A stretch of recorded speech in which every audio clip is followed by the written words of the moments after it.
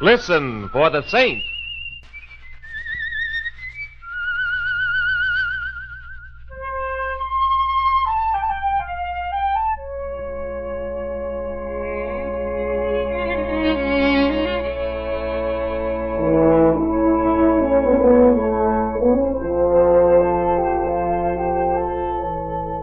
The Saint, the hero of 100 thrilling yarns of breathless adventure and mystery, the Robin Hood of modern crime, the 20th century's gayest buccaneer, already immortalized in 25 best-selling books, half a dozen popular motion pictures, and countless magazine stories. The Saint, by Leslie Charteris, brought to you now in a new medium, the radio. And the author, Mr. Leslie Charteris himself, will appear on this program, personally introducing his famous character. Have you read the latest Saint? The Saint has revolutionized the technique of adventure writing. The Saint has won friends in every corner of the globe. The Saint, who made such men as P.G. Wodehouse write to the author. I hope you're going to write dozens more Saint stories. They're simply corking. Stories of thrilling adventure that made naturalist William Beebe say, "If I were marooned at the bottom of the sea in my bathysphere, I'd choose the Saint stories for company." And humorist Will Cuppy christened the Saint the Prince of Adventurers. The Saint's exploits have been translated into every European language. Critics have placed him in the tradition of Sherlock Holmes and Raffles, but actually, he's like neither. He is unique, and so I bring you the only man who can do him justice, the author who first brought him to life. Oh, Mr. Charteris? Yes, coming. But wait, before Leslie Charteris speaks, let me tell you that he isn't the gray-whiskered author you may have pictured. In spite of all the exciting things he's done, he's still only 33, and yet he knows what he's writing about. For 14 years he's been traveling and adventuring all over the world, and more than half the Saint's exploits are founded on things he has seen himself. But meet Mr. Leslie Charteris for yourself. Good evening. Mr. Charteris, tell us how you see the Saint's character. Well, that is rather a tall order. Let's say that he has a sense of humor. He never takes anything too seriously, not even himself. Of course, he has his own idealistic motives for poking the ungodly in the snoot, but he really thinks it's quite a lot of fun, too. And you let the public share the fun with him? I hope they do. After all, the world is full of villains who ought to be jumped on, and I suppose most people would really like to take a share in the jumping. But since most of them aren't quite so quick on the draw as they'd like to be, they don't mind letting the Saint do it for them. I know just what you mean. I've often felt that way myself. So which of these adventures are you bringing us tonight? The Miracle Tea Party. The Miracle Tea Party? Yes, it sounds screwy, doesn't it? But it explains itself as we go along. Well, who else is in it beside the Saint? There's Patricia Holm, of course. She's the Saint's beautiful companion in crime, isn't she? You could put it that way, but anyway, she's been in most of the Saint's adventures. Then there's Fernac. Oh, you mean Inspector John Henry Fernac of the Detective Bureau? Yes. He's quite an old favorite in the Saint series, isn't he? Yes, the Saint certainly has given him a lot of gray hairs, though. Well, they've had a few battles, but they really think quite a lot of each other. Now, on this occasion, Fernac's indigestion was what really started the whole thing. His indigestion? Yes. Oh, he was in all kinds of trouble. The New York police commissioner was running him ragged about some espionage business. And, of course, the pains in his tummy weren't helping him a bit. I suppose the story really began when the commissioner was sitting in his office, waiting for Inspector John Henry Fernac to come up on the carpet.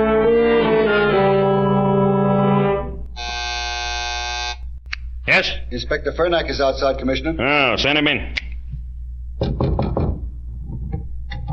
You sent for me, Commissioner? Yes, I'm still waiting for your report on that espionage business out at the airplane factory. Well, my men are doing their best, sir. And you better get some men who can do better. I promised the FBI months ago we'd crack this case. But, sir, you're laying down on the job, Fernac. I want action, I want it fast.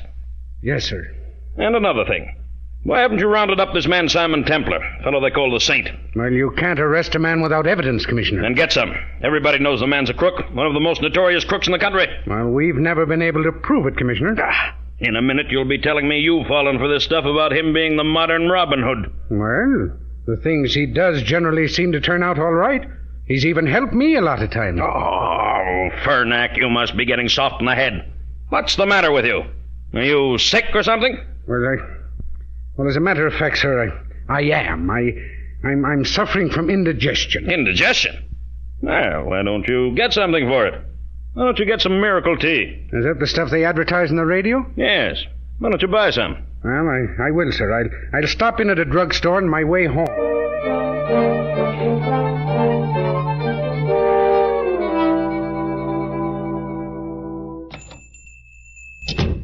Yes, sir. Good evening. What can I do for you?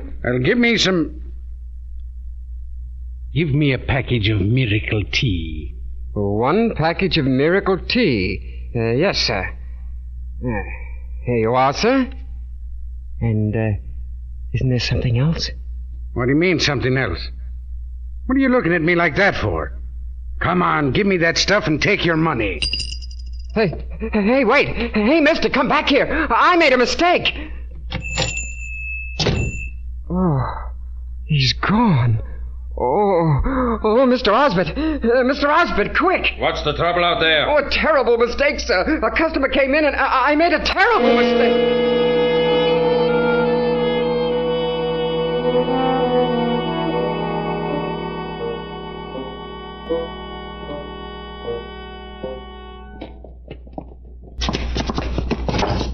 Oh!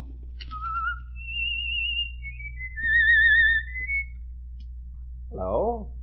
Who's on down the street? Hey, you, stop! Oh, well. If it isn't my old friend John Henry Furnack. The saint.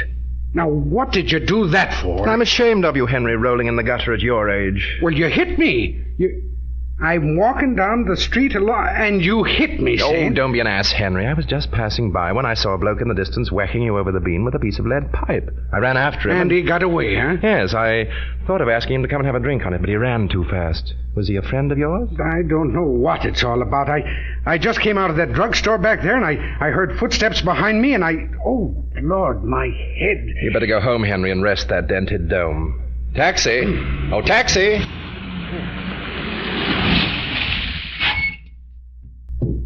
Now, be careful of him, driver. He's very fragile. Sorry I can't go with you, Henry, but I'm late already. I've got a date with someone much more beautiful than you. Well, I suppose I ought to thank you. But I'm still not sure that you didn't sock me, Simon Templar. 1444 Prospect Place. So long, Henry. Call me anytime you want a bodyguard.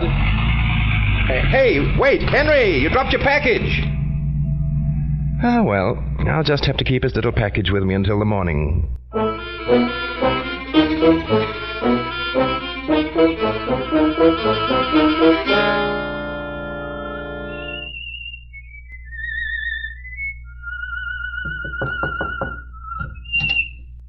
Hello, Simon.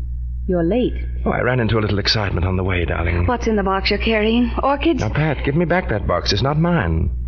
Well, tea. A package of tea. Miracle tea for indigestion. Indigestion? Ha-ha. So your sins are catching up with you. Pat, now don't open it. It belongs to Simon, where did you get all this money? What money? The money that's in this package of tea. It's full of $1,000 bills. Let's have a look. 1, 2, 3, 4, 5. $5,000. Miracle tea. Ha! What an excellent name for it. Simon, where do you get this tea? Believe it or not, Inspector Furnack dropped it and I picked it up. Inspector Furnack? Mm-hmm. A few moments ago, I found him being beaten up by some plug ugly. I rescued the poor old buzzard and poured him into a taxi. Then I found this package lying on the sidewalk. This money, Simon. Do you think it's real? No doubt of it. Maybe you've grabbed poor old Furnack's life savings. Well, he has a bank account, darling. Police inspectors don't carry their worldly wealth around in packets of tea. Graft. Simon, maybe he's taking graft. John Henry, no. He's so honest it runs out of his ears. Then what? Well, let's see. John Henry had a pain in his tum-tum and stopped into Osbert's drugstore on the way home. My hunch is that he was handed this packet by mistake. My further hunch is that right now there must be considerable agitation going on in Mr. Osbert's drugstore.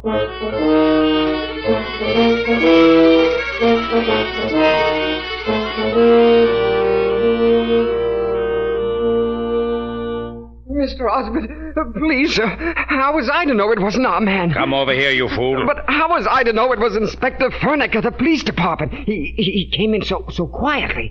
He lowered his voice just like one of our own men. I said come here. I ran after him. I almost had the package back, sir, when this other fella came along and he... You incompetent fool! Oh, please, Mr. Osborne, it was a mistake. This other fellow was twice my size. It'd kill me. That, my friend, might have saved me the trouble. Come here. Oh, no. No, please. No!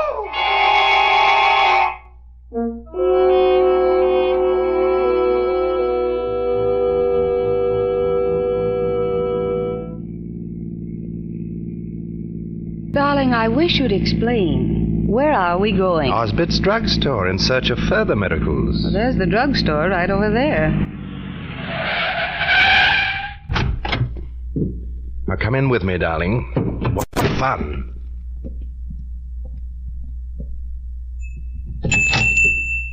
Oh, good evening, sir. And what can I do for you? Is Mr. Osbit around?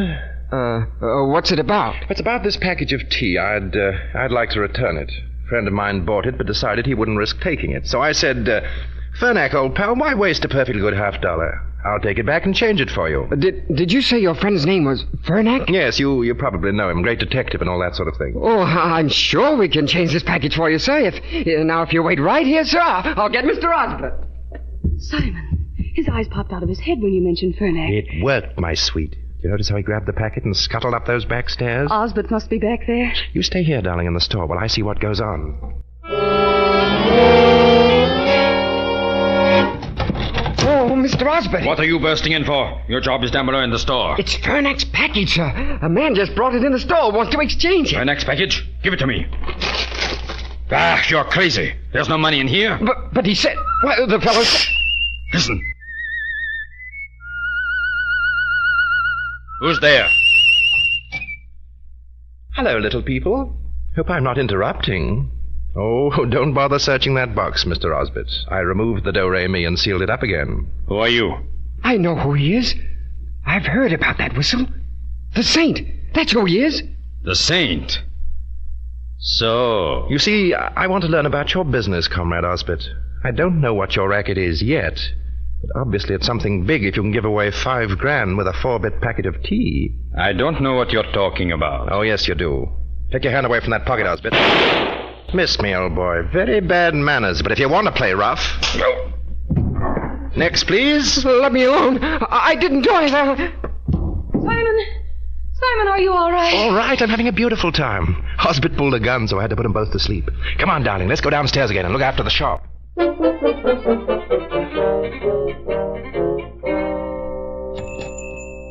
Let me have 10 cents worth of cough drops, please, and hurry it up. 10 cents worth? Yes, sir. Here you are. Here, not all that. Only 10 cents worth, I said. Special bargain price today, sir. £3 for a dime.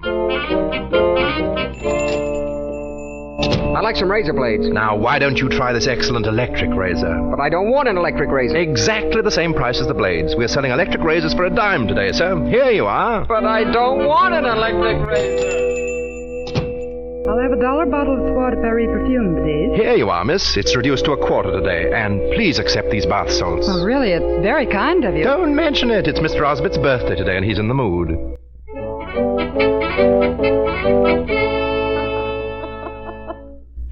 Simon, you're giving the whole store away. It may be loads of fun, darling, but where is it getting us? Not very far yet, but I've really been hanging around here in the hopes that someone had... No, another customer. What a revolting specimen. I wonder how much he'd charge to haunt our house. Out of the way, darling. Yes, sir. What will it be? Razor blades, shaving cream, hot water bottle? I haven't seen you before. Then you should admire the view. Where's Ossie? Ossie? Yeah. Oh, dear old Ossie's lying down for a while. Got a headache or something. Say, have you tried our passion flower lipstick? Cut the comedy. Oh, I'm sorry. Here, give Ossie this prescription. And find out when my medicine will be ready. Come back at 6 o'clock this evening. I think your medicine will be ready for you then. 6 o'clock? Okay. Simon, what did that man give you? This piece of paper. He called it a prescription. Well, after all, this is a drugstore. Well, look at it, Pat. Ever see a doctor write out a prescription like that? It's a drawing. A floor plan of a building. Now, I suppose, we have to go back to burglary. No, my pet, I think we've run into something bigger than burglars. What then, Simon? I don't know. I think I'll go upstairs again and investigate our sleeping beauties. Come on, Patricia.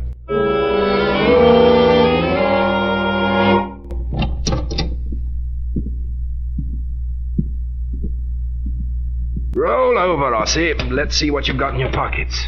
Ah, here's a wallet. What's inside, Simon? Oh, very interesting. Mr. Osbert has a driving license and a credit card, both made out in the name of Baron Enescu, 577 Park Avenue. I wonder if Ossie has been leading a double life. Anything interesting in the desk? Just these papers. They look like a lot of radio commercials about miracle tea. Let's see 'em. Well, this doesn't look very sinister. Let's take him along anyway. Your babies are waking up, Simon. Oh, I've had enough exercise for today. Come on, darling, let's go. I think we've earned a drink. Make mine a miracle tea and soda.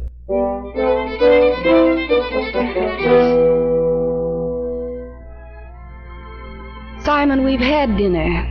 Why aren't we doing something about Baron Enescu instead of sitting at home listening to the radio? Well, aren't you satisfied, darling? We're hot on the trail of one of the most ingenious rackets I've ever heard of. Money flows like water. Plans are handed over a drugstore counter. And packets of tea get spiked with $1,000 bills. What you really mean is that this thing has still got you buffaloed. On the contrary, my deductive genius is just getting into high gear. You know, I'm convinced that there's some connection between these miracle tea broadcasts and the racket we're onto. That's why I've been studying all these radio commercials you found in Osbert's office. Just been waiting for the program to come on the air, and I think it's due right now. Good evening, everybody. Folks, why not try Miracle Tea, the amazing health beverage which has brought relief to so many sufferers? Let me read you a few testimonials.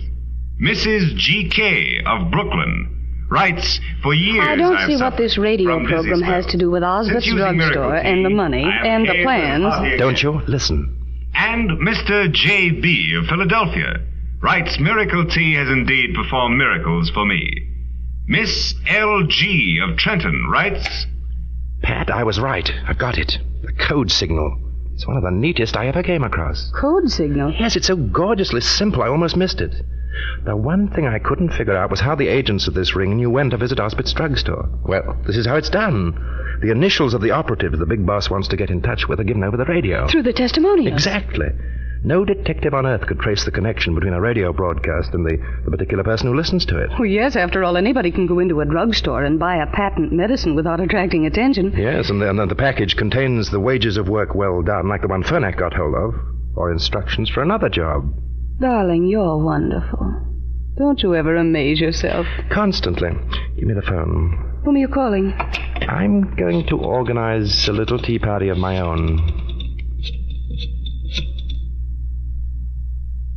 Inspector Fernack speaking. Hello, John Henry. And how is the little tum-tum this evening? Simon, haven't you anything better than to call me up at this time of night and make funny remarks? Now, seriously, Henry, if you're really interested in cleaning up this espionage business, just rush one of your squads to Osbert's drugstore, the place where you bought your miracle tea. Hey, are you kidding me? For once, I'm not, Henry.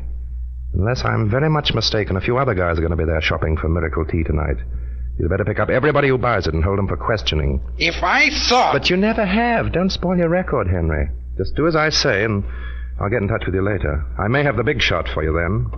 But who is the big shot of this ring? Well, I'm not certain, but I'll bet dough that Baron Enescu could tell us something. I think I'll just run over and ask him. What was the address? 577 Park Avenue. If you're not back in an hour, I'll meet you there with an ambulance.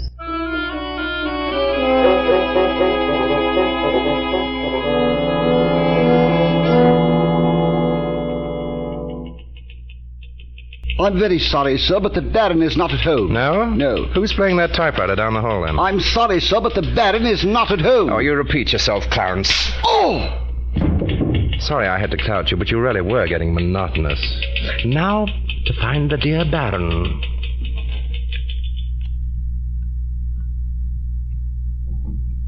Hello? Station DLPK. Give me Mr. Vernon, the announcer of the Miracle Tea program, please.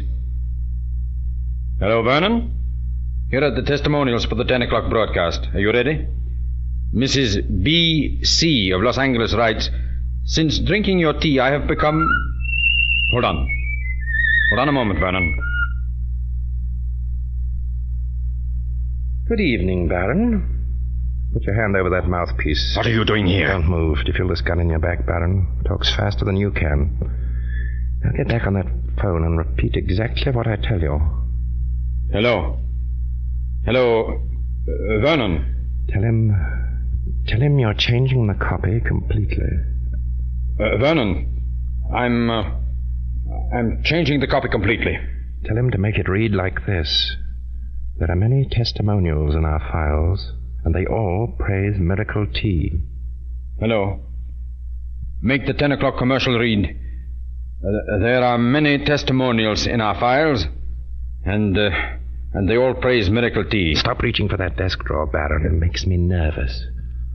Now say, all of you, everybody, why not buy Miracle Tea tonight? Go on, say it. All of you, everybody, why not buy Miracle Tea tonight? Now tell him that's all. That's all, Vernon. All right. Now you can turn around. What is the meaning of this? I should say about 15 years for you, Baron. Or would you prefer me to call you Osbert? Osbert? Mm-hmm. I recognized your voice the instant I heard it, in spite of your false whiskers. Besides, I took the liberty of looking through your wallet while you were taking a siesta in the shop. Very smart, aren't you, Mr. Templar? I get along. You've been running one of the most efficient espionage rackets in the country, haven't you? Are you crazy? Crazy enough to recognize plans of an airplane factory disguised as a prescription.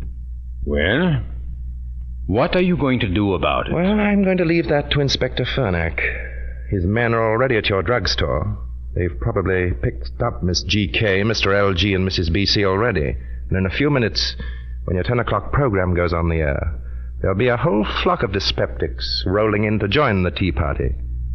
I have an uncanny memory for people who interfere with me, Simon Templar. Well, while you're thinking it over in Alcatraz, don't forget to tell the other boys to look out for me. Tell them about the Saint.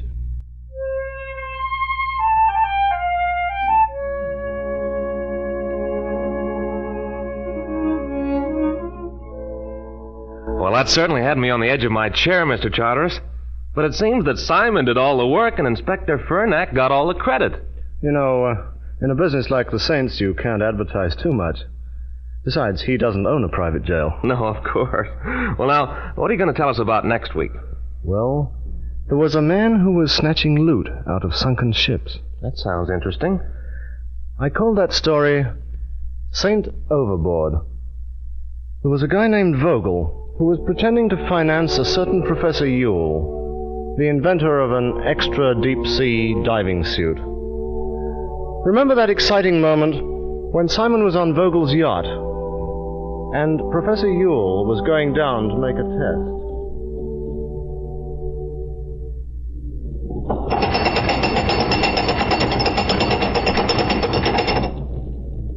575 feet. Splendid. Professor, can you hear me down there? Yes, Mr. Vogel. I'm on the bottom. Everything is working splendidly. Give me another 20 feet of cable. I'm going to try to walk a bit. Something's gone wrong with the oxygen supply. Quick, bring me up. The winch is jammed. Hello? Hello down there. Professor, what can we do? Saint! Get away from that winch, Vogel, or this gun might go off. Now watch me start it. Simon! Look out behind you!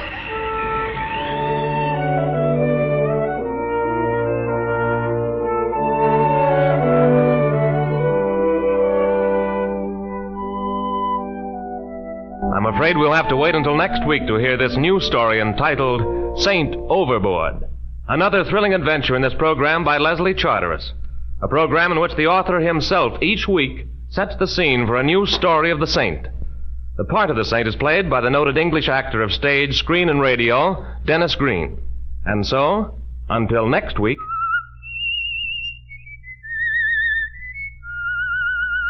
Listen for the Saint!